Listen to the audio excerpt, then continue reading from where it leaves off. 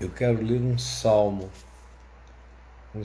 que a vida inteira sempre me acompanhou e me fez um bem enorme ao coração, todos os dias da minha vida.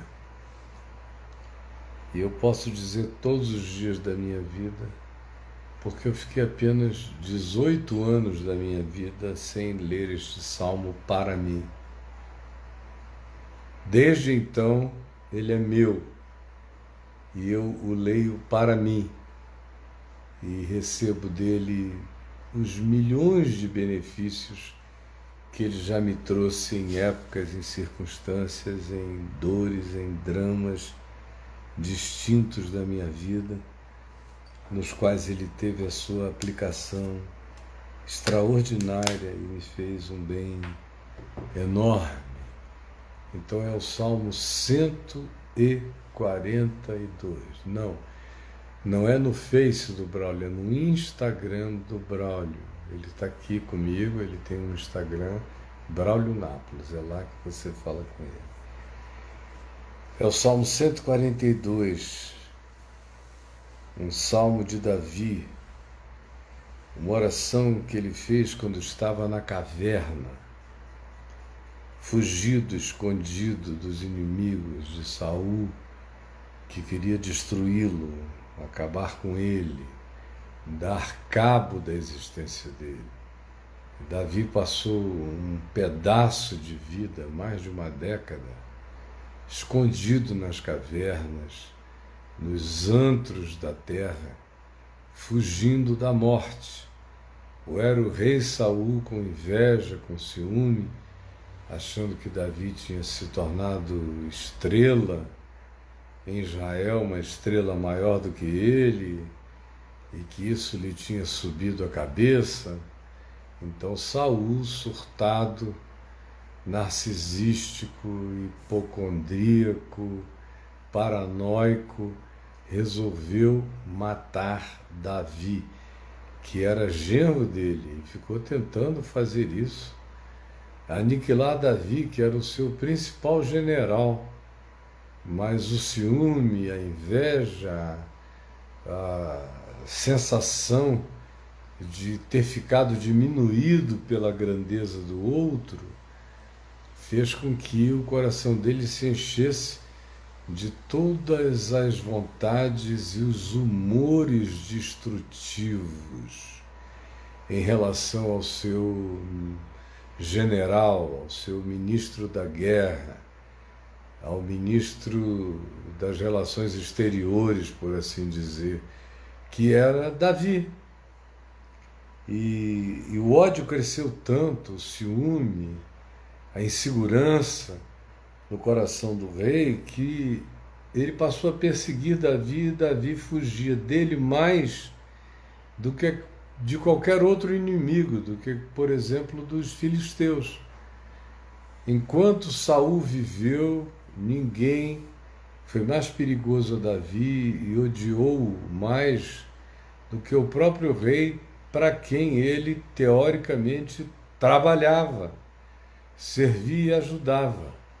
Então vocês vejam como esses dramas bíblicos antigos, de 3.000 anos atrás, têm a sua recorrência na história humana o tempo todo, em todas as gerações, em todas as épocas, em todas as circunstâncias, em todos os regimes. Existem reis ou autoridades para as quais o servo tem que servir quase que de modo escondido, porque se ele puser a sua paixão de serviço para fora, ele haverá de sofrer perseguição. E é o caso de Davi aqui. E ele diz, fazendo uma oração: ao Senhor ergo a minha voz e clamo, com a minha voz suplico ao Senhor. Ele tem convicção de que não há nada entre ele e Deus. O rei poderia querer matá-lo, mas ele sabia que o Rei dos Reis o ouvia Então, quando você tem homens poderosos querendo destruir você, mas você tem confiança naquele que reina sobre tudo e sobre todos, a sua atitude em relação à perseguição, à opressão, sempre será diferente, como Davi manifestou a vida inteira. Ele é um dos maiores mestres de resposta à perseguição que a Bíblia apresenta. E é um dos indivíduos mais enrijecidos pelo fato de ter sido abominado a quem servia e de ter uma vida tão polimorfa, tão exuberante, que provocava ciúme em todos os lados. Era homem de guerra, estrategista general, poeta, profeta, gestor, habilidosíssimo em todas as artes da luta e da defesa, bonito, charmoso, tocava e cantava e compunha.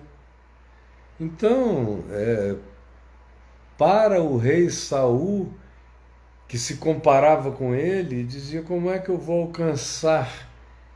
Só falta ele o reino, porque no mais o povo todo diz: Saul matou 1000, mas Davi matou 10.000. O povo todo considera que ele é superior a mim. Ele tem uma avaliação absolutamente superior a mim. E o odiava por causa disso. Mas ele diz: ao Senhor eu ergo a minha voz e clamo, a minha voz, com a minha voz, suplico ao Senhor. Derramo, é uma palavra linda, derramo.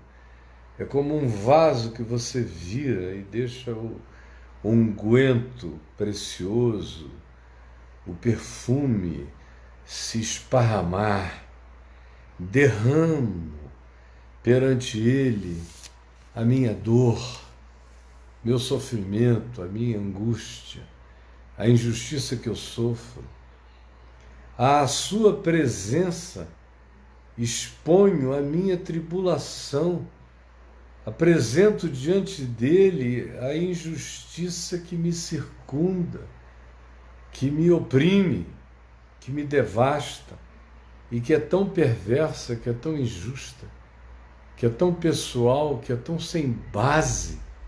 Não fiz nada a esse homem, só estou tentando ajudar. Por que de repente ele me odeia tanto? Por que ele me odeia tanto? Por quais dos bens que eu tenho feito ele me odeia tanto? Quando dentro em mim me esmorece o espírito, ele diz: tu, Senhor, conheces a minha vereda. Eu acho esse texto, esse verso de Davi uma coisa linda. Quando dentro em mim me esmorece o espírito, porque em circunstâncias como essa, de perseguição em perseguição, com a autoridade incansável quanto a te querer mal do nada, a te trazer ameaças, a publicá-las, e você tenta entender, e não quer nem entender o que entende, porque o que você de fato entende é que não há nada objetivo, só subjetivo, e que o outro te odeia não é pelo que você fez contra ele ou contra alguém, o outro te odeia por você ser quem você é. E o complexo de inferioridade, a insegurança, a hipocondria psicológica do outro é tão grande que ele projeta em você todos os medos dele, os pânicos dele, e você passa a ser o objeto do que você não fez, do que você não criou. Você passa a ser o ponto de mira da raiva inexplicável, dos sentimentos de antipatias mortais que existem no coração de certas pessoas. E tem mais. Quanto mais você sobe nas hierarquias dos poderes, quanto mais você entra no ambiente das cortes, da política, da intelectualidade, da academia, da importância ou do significado religioso, ou empresarial, ou no mundo dos negócios, mais objeto disso tudo você se torna. Embora isso aconteça também em família. Chega uma pessoa nova na família. A família já existia antes dele, ele entrou depois. Tem outros lá há muito tempo. Aí, de repente, essa pessoa chega e começa a fazer muita coisa que muda aquela família para o bem, que começa a alterar, que começa a alegrar, que começa a trazer felicidade. Logo, logo, ele vai perceber que os antigos, os poderes viciados daquele conjunto familiar vão começar a antipatizá-lo. Isso é extremamente comum, é normal. Eu, particularmente, já vivi isso algumas vezes na vida e sei exatamente como funciona. Aliás, em cada um dos ambientes que eu mencionei aqui, deles todos eu tenho vasta experiência e sei como funciona esse espírito da inveja que, não tendo pretexto objetivo contra você, se transforma num ódio gratuito, numa antipatia inexplicável contra a sua vida. Então ele prossegue e diz: quando dentro em mim me esmorece o espírito, porque viver com isso dá um cansaço, dá um desânimo, dá uma vontade de chutar o balde, dá uma vontade de dizer, para mim chega. Você nunca teve nada na vida parecido com isso, nem que seja bem pequeno, do tamanho das relações cotidianas que você existe, quando você fica se perguntando, olhando pelas costas, dizendo, meu Deus, em que eu ofendi essa pessoa? Qual o mal que eu fiz? Qual o mal que eu fiz por servi-lo com tanta alegria? De onde vem esse espírito ruim? E você sofrer de maneira inexplicável, você sofrer perseguição, antipatia, malquerência, inveja, ciúme, hostilidade, em relação às quais você nunca ofereceu contrapartida, nem proposta, é gratuita, frequentemente deixa você completamente esmorecido. Eu quero confessar que provavelmente a coisa que mais me tenha esmorecido na vida tenha sido isso, como ontem mesmo a minha mulher me dizia, um pouco antes da gente dormir, do nada, ela voltou para mim, a gente estava vendo um filme, ela falou, você passou boa parte da vida, eu não estou nem falando de antes de se converter, porque você dava motivos antes de se converter. Mas depois de se converter, os últimos 52 anos, 47 anos da sua vida, foram de muito perrengue, muita inveja, muita gente que você amava e o cara só queria te usar, que você cria que havia reciprocidade, mas não havia. Quanta tristeza, quanta decepção. Ela conhece, não conhece todas, porque foram tantas, que nem eu tenho alma para narrar tudo, mas ela conhece as que mais me machucaram, as que mais me doeram na vida, e não foram dezenas, foram algumas centenas. E o que é que gera na gente? Gera exatamente isso aqui. O espírito se esmorece. O meu espírito já esteve esmorecido.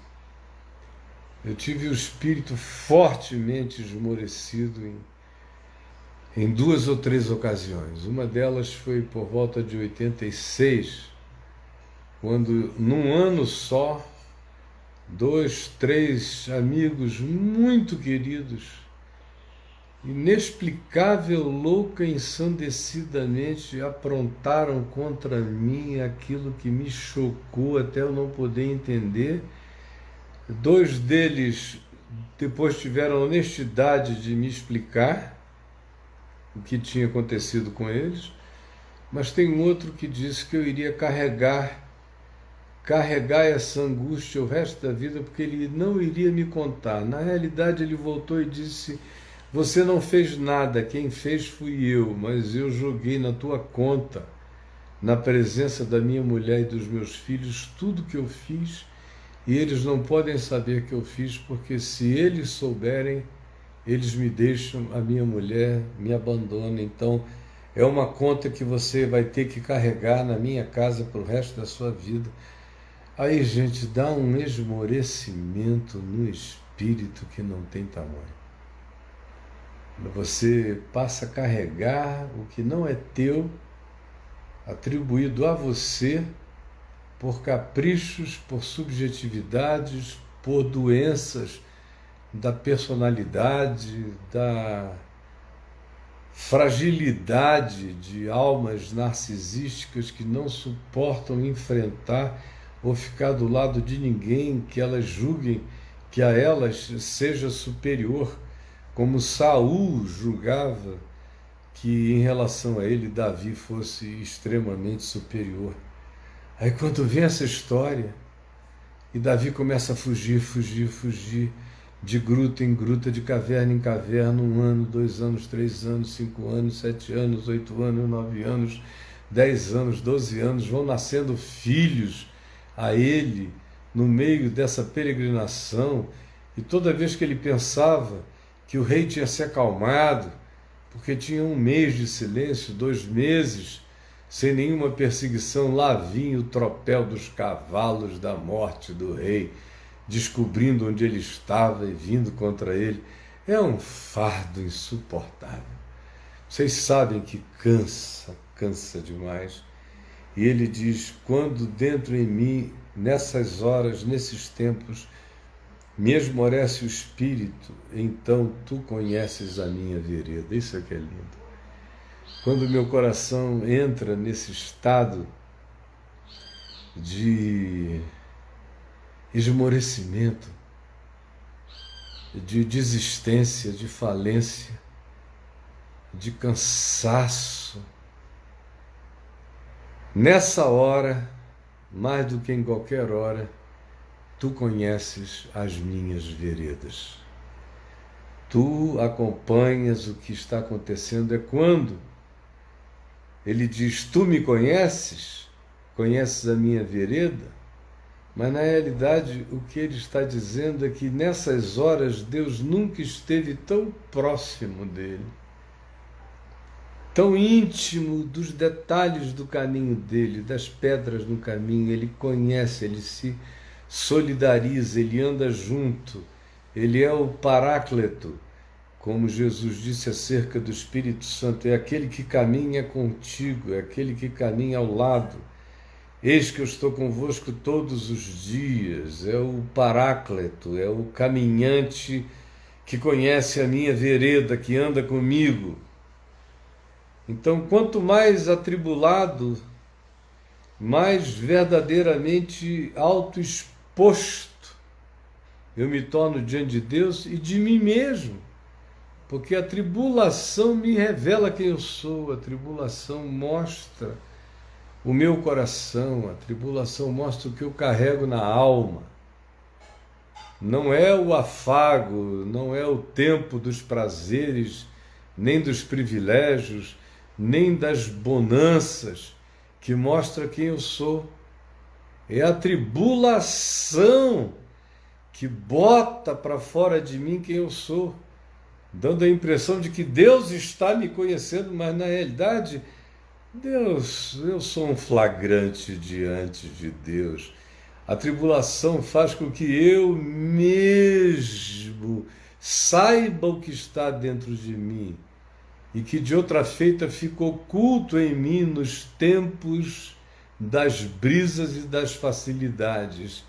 Mas no tempo do vento quente oriental que sopra do deserto e da angústia da sequidão e da vontade de desistir, é nessa hora que sai pela boca a verdade do nosso próprio coração e a gente tem a chance de se conhecer. Como diz Moisés, ou aquele que escreveu aquela parte do Deuteronômio, com certeza não foi Moisés mesmo, mas o escriba judeu que escreveu, que narrou, os muitos escribas que narraram as histórias contidas no livro de Deuteronômio, que é um livro de repetições, diz de maneira maravilhosa que o Senhor falou a Moisés e falou a Israel que quando o conduziu pelo deserto por 40 anos, fez isso para que Israel se conhecesse. A gente não se conhece quando está tudo bem. Quando está tudo bem, até o diabo fica legal. A gente se conhece na hora da falência, da repetição, da recorrência, do tédio, da quarentena de 40 anos rodando em volta, sem ir a lugar nenhum, sem progresso, sem linha reta, sem conquista, sem projeto. É aí que a nossa alma, na falência, se manifesta. E lá em Deuteronômio diz: eu te provei para que tu manifestasses como se fosse para Deus aquilo. Mas Deus nunca precisou de explicação de ninguém. Ele sabe, como Jesus disse, vosso Pai Celeste sabe. Aquilo aconteceu para que Israel se conhecesse. Isso aqui, desse tipo, acontece para que eu me perceba, para que eu conheça a minha própria vereda, porque eu sou um flagrante diante dele. Eu só preciso aprender a me flagrar, a me enxergar, a me discernir, a me perceber, a conhecer meus limites, a conhecer minhas fragilidades, a conhecer os nervos expostos da minha alma, pelos quais eu me deixo sensibilizar tão intensamente a ponto de desistir e de cansar profundamente. Então ele prossegue e diz: no caminho em que eu ando, me ocultam armadilhas.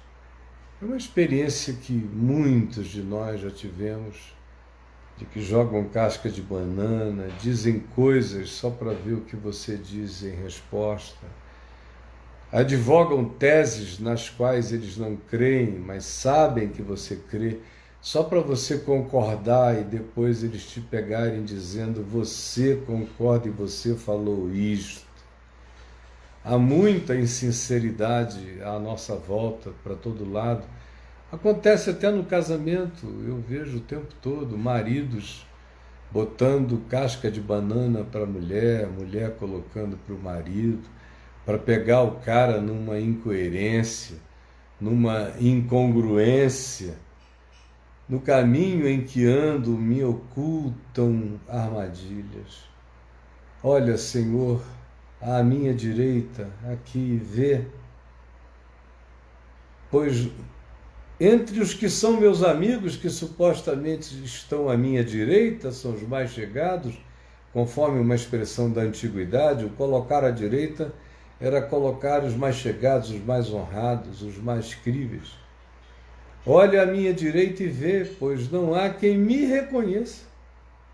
Até os que eu penso que são meus, são íntimos, não sabem quem eu sou, não querem me conhecer, me desconhecem por deliberação. Nenhum lugar de refúgio eu encontro, nem entre os meus próximos, nem na família, nem entre os amigos. Eu ando vigilante. Não há ninguém que por mim se interesse de verdade, para dizer: não, ele precisa de ajuda, eu vou me empenhar a favor dele. Às vezes, quando esse dia chega por inteiro na nossa existência, é que a gente conhece quem nós mesmos somos. de que é feito o estímulo do nosso espírito e do que se constitui a possibilidade do esmorecimento do nosso espírito, do que é feita a nossa vereda e do que pode bloqueá-la no nosso coração pelo desânimo, pelo cansaço, pela trama, pela armadilha, pela indiferença para com a gente, para com a falta de oferta de refúgio. Ninguém que por mim se interesse. A ti clamo, Senhor, ninguém há que por mim se interesse. A ti eu clamo, Senhor, porque não há ninguém que por mim de fato se interesse. E digo a ti, só a ti, a mais ninguém. A quem mais devo eu dizer, se não há ninguém que olhando para mim não tenha apenas algum tipo de interesse ou de pensamento, ou não veja em mim uma commodity, uma moeda de troca para me entregar ao rei, para me entregar aos inimigos, para me entregar a quem quer que seja. Eu virei apenas um procurado, alguém em quem o valor não existe para o bem, só como moeda de troca para aqueles que carregam no coração o espírito da traição. Eu conheço esse dia, eu conheço essas dores, eu conheço esse sentimento. Eu não estou lendo um salmo que Davi escreveu, eu estou lendo um salmo que eu vivi muitas vezes, que conheço todo, mas também conheço aquele a quem Davi diz: a ti clamo, Senhor. Foi ele que me trouxe até aqui. Eu não sou um leitor desse salmo, eu conheço os intestinos das emoções, dos sentimentos, das dores, das lutas aqui descritas. E muitos de vocês sabem que é verdade o que eu estou falando. E o que eu estou falando como verdade é que na traição, na ausência, no desinteresse, na indiferença, na distância invejosa, amargurada, magoada, machucada, daqueles cujos espíritos são dominados pela mediocridade, pela comparação e por atitudes de tristeza em relação a qualquer que seja a sua experiência de vitória na vida. Quando você conhece bem isso, ou você conhece a Deus, ou você está sozinho e perdido, porque eles vão te pegar, eles vão te achar na caverna e vão te comer vivos. Mas quando você tem essa interjeição poderosa contra a opressão de quem quer que seja, de homens, ou de forças espirituais, ou de grupos, seja de que natureza seja, quando você tem esse a ti clamo, Senhor, quando isso brota de você, quando é verdade para você, quando é um a ti que declara que Deus está aqui, está perto, anda comigo, anda nas minhas veredas, é o Paráclito, é o Consolador, é aquele em quem eu posso confiar, é o Senhor. Então eu digo a ti, tu és o meu refúgio, meu único refúgio, ó Deus, tu és o meu único refúgio. Tu és o meu quinhão, tu és a minha porção, tu és a minha parte, tu és a minha herança neste mundo, na terra dos viventes. Meu recurso todo está em ti, vem de ti, eu não tenho outros recursos. Tu és o meu único refúgio. Eu não estou refugiado na caverna, eu estou refugiado nas asas do Altíssimo. Tu és o meu único refúgio. Atende o meu clamor. Porque a gente cansa e precisa de refrigério, precisa de alívio, precisa de férias da maldade, precisa de uma ilha, precisa de um sopro, precisa, todo mundo precisa, você precisa, eu preciso, Davi precisava. Tu és o meu refúgio, o meu quinhão na terra dos viventes, atende o meu clamor. Pois me vejo muito fraco. Me vejo muito fraco e essa é a realidade que a gente precisa admitir. Não adianta ficar dando uma de super-homem para Deus, Ele conhece as tuas veredas. Ele conhece o teu coração. Ele sabe que você está muito, muito, muito fraco. Fraco emocionalmente, sentimentalmente, sensorialmente, psiquicamente, espiritualmente. Ele sabe que você precisa de férias da maldade para retomar o fôlego, para reconstituir o seu ser. Tem alguém dizendo aqui, nós somos os dois, Saul e Davi. Meu filho, você só fala por você. Pode haver ambivalência em você de ser Saul e de ser Davi, você precisa se tratar. Porque no meu coração, com toda honestidade diante de Deus, eu não conheço nem um dia de Saul na minha alma.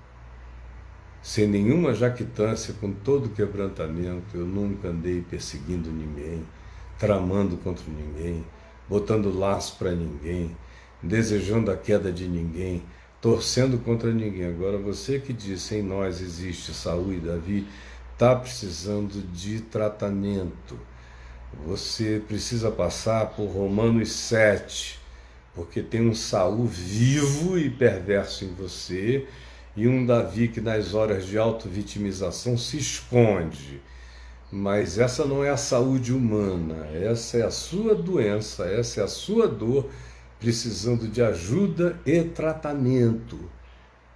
Porque eu só preciso de um Davi dentro de mim, e Davi já é complexo demais para ser tratado em mim. Eu não preciso de um hipocondríaco com vontade de matar ninguém, habitando ambivalentemente a minha alma, para mim chega. Clamo ao Senhor, Tu és o meu refúgio, és a minha porção, atende o meu clamor, pois me vejo muito fraco.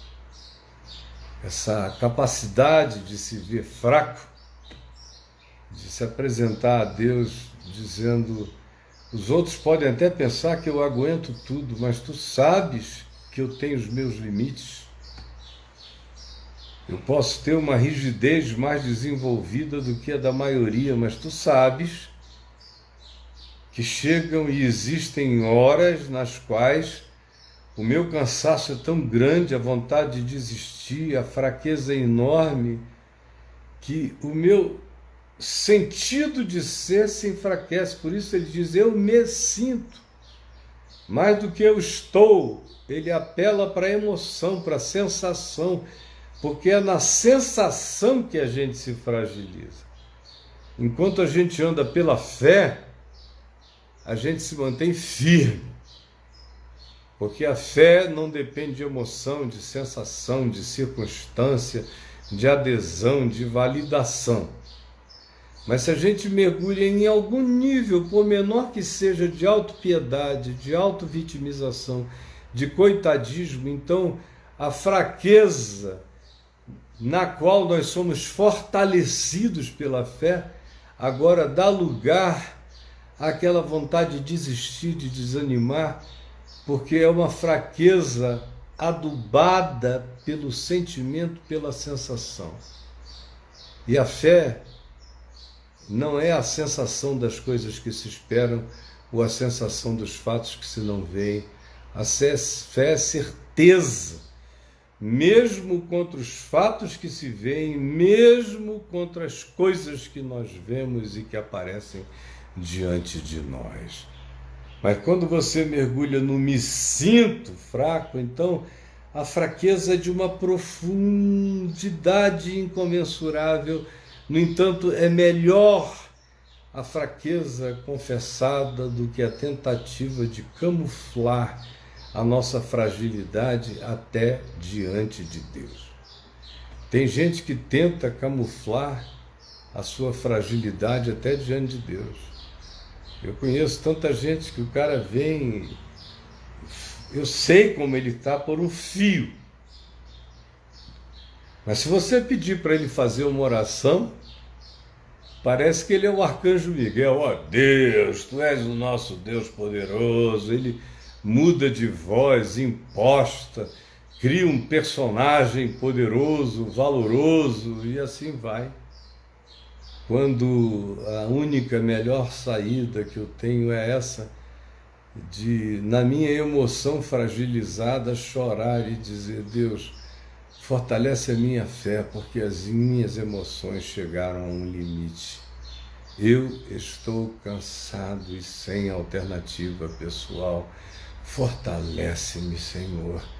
E eu quero enfrentar e eu vou me pôr em pé, apesar de fraco, crendo, porque pela fé eu sei que o teu poder vai se aperfeiçoar na minha fraqueza. Portanto, livra-me dos meus perseguidores,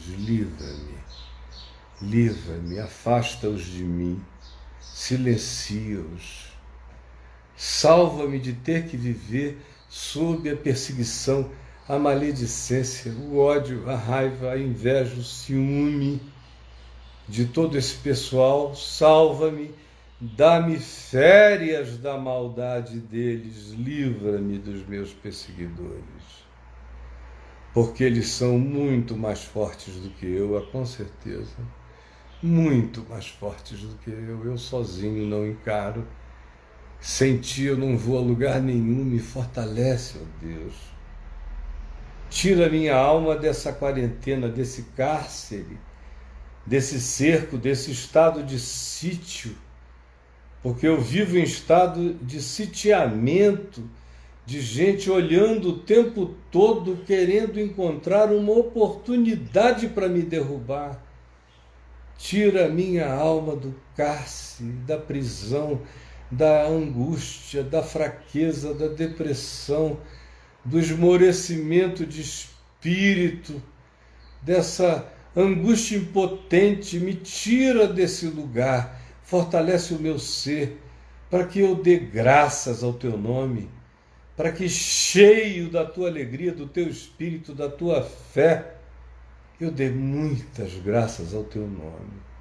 E para que aqueles que são gente do bem, para que os que são justos, que ainda existem e que observam, para que eles e esses todos venham e façam parte da comunhão da minha vida, me rodeiem.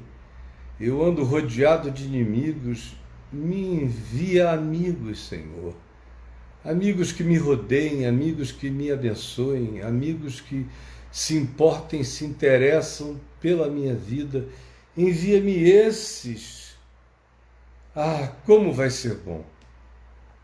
Por quando tu me fizeres todo esse bem, e eu sei que esse bem me será feito. Senhor Jesus, eu te peço agora que essa palavra tão singela, tão perpétua, 3000 anos, consolou Davi, os homens de Davi na caverna, as esposas e os filhos de Davi, os poucos justos que o rodeavam e o apreciavam, que essa oração que levantou deprimidos, angustiados, falidos, derrotados, durante milênios, 3 milênios de eficácia, botando em pé pessoas que já não criam mais em nenhuma forma de restauração. Que essa palavra viva, eficaz, verdadeira, que essa oração da alma, que essa oração visceral, que essa oração impotente, que essa oração sincera, que essa oração por graça, que essa oração humana e divinamente humana na sua fragilidade e na sua confiança, produza mais uma vez, como tem sido durante milhões de vezes, a eficácia consoladora, libertadora, fortalecedora no coração de cada pessoa que esteja aqui comigo dizendo amém. Eu creio, eu tomo posse, eu vou aprender, porque essa não é só uma oração para orar, é uma oração para viver, é uma oração para aprender, é uma oração para dar passos sobre ela todo dia, outra vez e outra vez. É o que eu te peço, em teu nome, Jesus. Amém e amém.